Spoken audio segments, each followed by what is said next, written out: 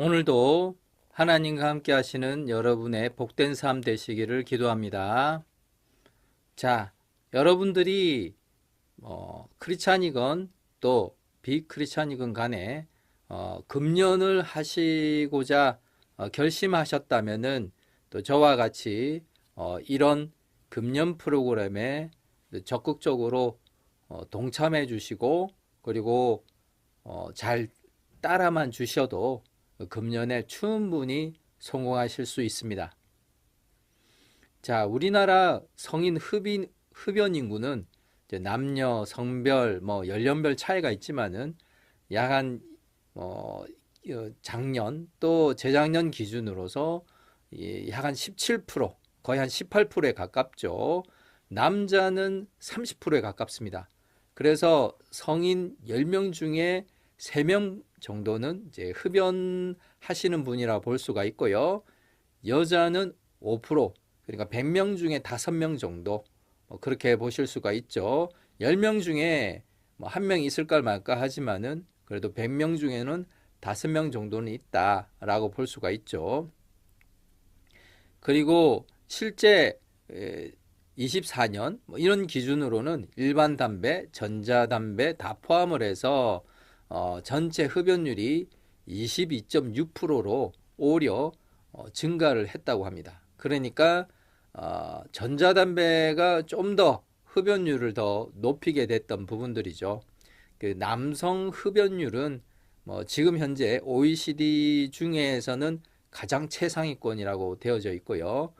그에 비해서 여성 흡연율은 좀 낮은 편이기도 합니다. 그거는 또 우리나라의 어떤 전통적인 유교 사상도 또 한몫을 했지만은, 아무튼 남성은 그 어떤 국가 OECD 중에서도 상당히 높은 편이다. 굉장히 오랫동안 그 최상위권에서 유지해 왔다라고 볼 수가 있습니다. 그 전체 성인의 흡연율은 어, 아까 말씀드린 대로 22.6% 정도였지만은 실제 한 그 30대에서 가장 좀 OECD 국가 중에서 좀 높은 편이라고 합니다. 특히 남성 같은 경우에는요, 31.3% 정도 그렇게 볼 수가 있고요. 그래서 30대의 남성들은 이제 10명 중에 3명 이상이 담배를 좀 피고 있더라라고 볼 수가 있습니다. 이것은 본인이 크리스찬이건 비기독교인도 뭐 다 포함해서 모든 성인 남성을 대상으로 이런 결과가 나온 거죠. 교회 다니시더라도 담배를 못 끊는 분 제가 많이 봤습니다. 뭐 그것이 또 교회를 못 다니게 하는 원인이 제공하기도 하고요. 내가 교회를 다니려는데 자꾸 담배 끊으려고 한다. 그래서 못 다니겠다. 부담스러워서 뭐 그런 분들도 좀 많으시기도 합니다. 그리고 또한 마찬가지로 교회와 상관없이 난 좀 담배를 끊었으면 좋겠다. 라고 생각하시는 분도 꽤 많습니다. 40대 같은 경우에도 역시 마찬가지로 흡연율도 굉장히 높아요. 그런데 나이가 들면 들수록 흡연율이 낮아지는 특성은 있습니다. 자, 그리고 또 우리나라에는 청소년 흡연도 증가되는 그런 부분들도 있고요. 그리고 또한 남학생이 아무래도 이학생보다는 흡연이 더 높죠. 그래서 그 현재 담배 부분 같은 경우에는 어, 성인분들의 특히 남성 같은 경우는 30%, 남녀 다 합치면은 17.6%, 17.7% 정도에 해당되는 부분들이기 때문에 담배를 좀 어떻게 하면 끊을 수가 있을까라는 부분에 있어서 좀 이런 컨텐츠가 여러분들한테 도움이 되고자 합니다. 담배는 니코틴이 안에 들어가 있죠. 물론 뭐 수많은 여러 가지 합성 여러 가지 물질들이 들어가 있지만은 그 중에서 니코틴이 바로 중독성 물질이고 그것이 담배의 가장 핵심적인 재료라고 할 수가 있습니다. 자, 니코틴이 실제 담배에 들어가서 우리 몸에 작용하는 것은 어떤 것을 유발하느냐? 바로 각성 수준을 향상시킵니다.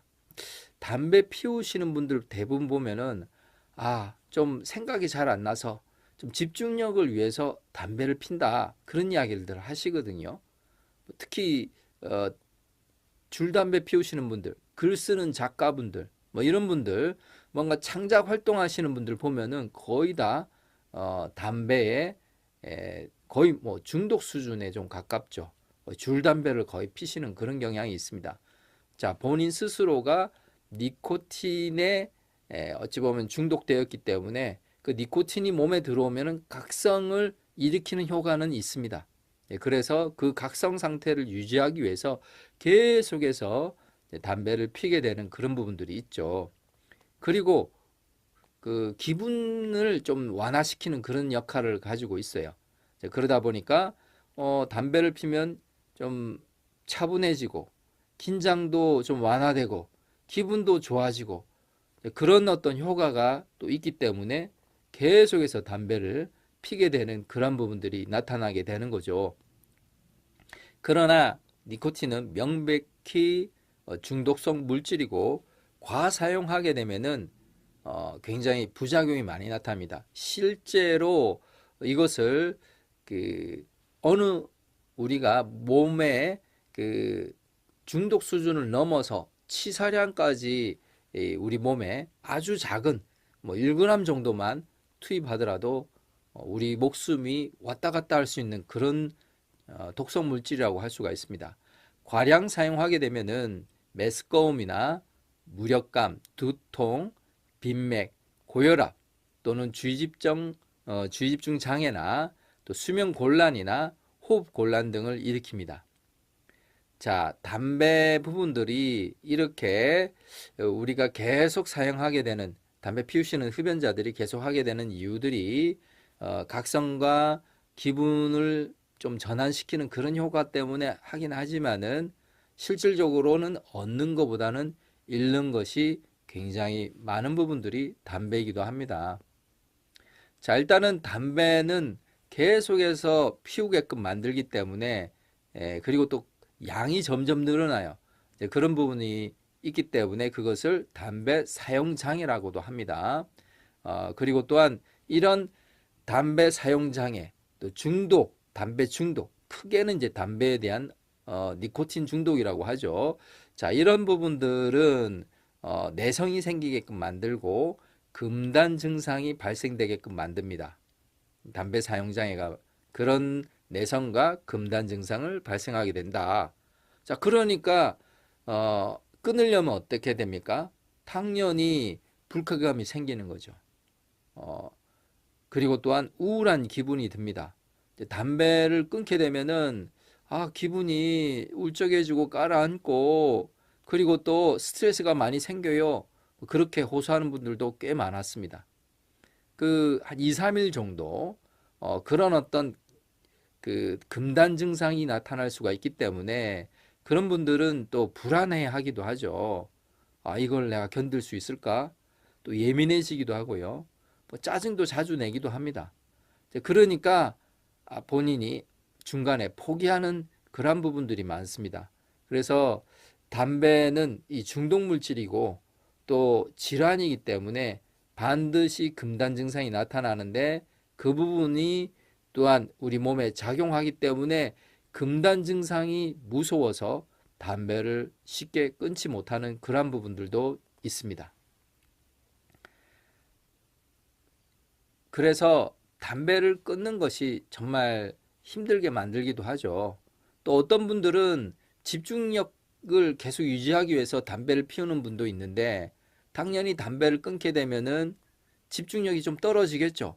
뭐 예를 들어 창의력을 요구하는 작가라든지 뭐 기획하는 분들이라든지 회사 업무를 좀 더 난이도 있게 또 많이 생각해야 되는 과제를 하시는 분들 이런 분들은 집중력이 막히거나 또 생각이 잘 안 나면은 당연히 담배를 찾게 되는 그런 어떤 악순환이 계속해서 반복하게 됩니다. 자, 만약 끊었다 하더라도 집중력이 생기지 않고 뭐 창의력이 발휘 못한다. 이제 이런 어떤 생각을 가지고 계시기 때문에 또 안절부절한 그러한 부분도 나타나기 때문에 담배를 더욱더 끊지 못하게 되는 원인이 되기도 합니다. 또 심지어 안절부절 못하게 되고 불면증도 생기게 돼요. 실질적으로는 담배를 끊게 되면은 처음에는 불면이 올 수도 있어요. 그게 어쨌든 금단 증상이기도 하죠.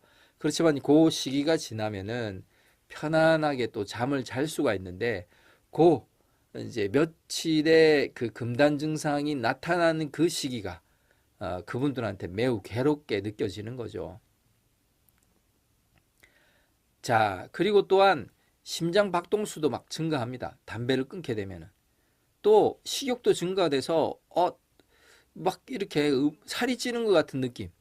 뭐 단 것도 막 땡기게 되고 막 초콜릿도 먹게 되고 뭐 사탕도 계속 먹게 되고 그러다 보니 그냥 이 당이 높아지고 살찌겠다.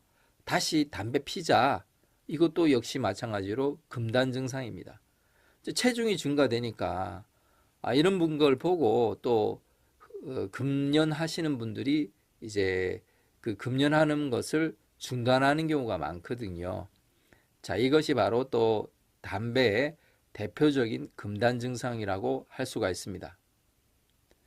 자, 금단 증상이 나타나는 것은 어쨌든 담배는 바로 질환을 일으키는 중독이기 때문에 그런 부분들입니다. 실제 그 우리나라의 담배를 특히 남성분 같은 경우에는 30% 정도가 담배를 피우신다고 했죠. 그런데 그게 이 사용 장애로 갈 경우 이제 금단 증상이나 뭐 이런 어떤 도저히 끊으려고 해도 끊을 수 없는 이런 상태까지 가는 사용 장애 같은 경우에는 어, 전체 9.5% 정도가 나타난다고 합니다. 그러니까 남성의 경우에는 17.7%, 여성 같은 경우는 1.1% 정도에 해당됩니다. 자, 남성들이 담배를 피우시는 인구가 거의 우리나라 인구의 30%, 성인 가운데서 남성 같은 경우는 30%가 피우신다고 했죠. 그런데 유병률이 남성의 같은 경우에는 17.7%, 그러니까 절반 이상이 사용장애가 있다라고 볼 수가 있어요. 그러니까 남성 중에서 담배를 피우시는 분들의 절반 이상은 이미 담배 사용 장애를 가지고 계신다라고 볼 수가 있고 흡연 중독이다라고 볼 수가 있는 겁니다. 물론 여성의 경우에는 좀 틀리죠.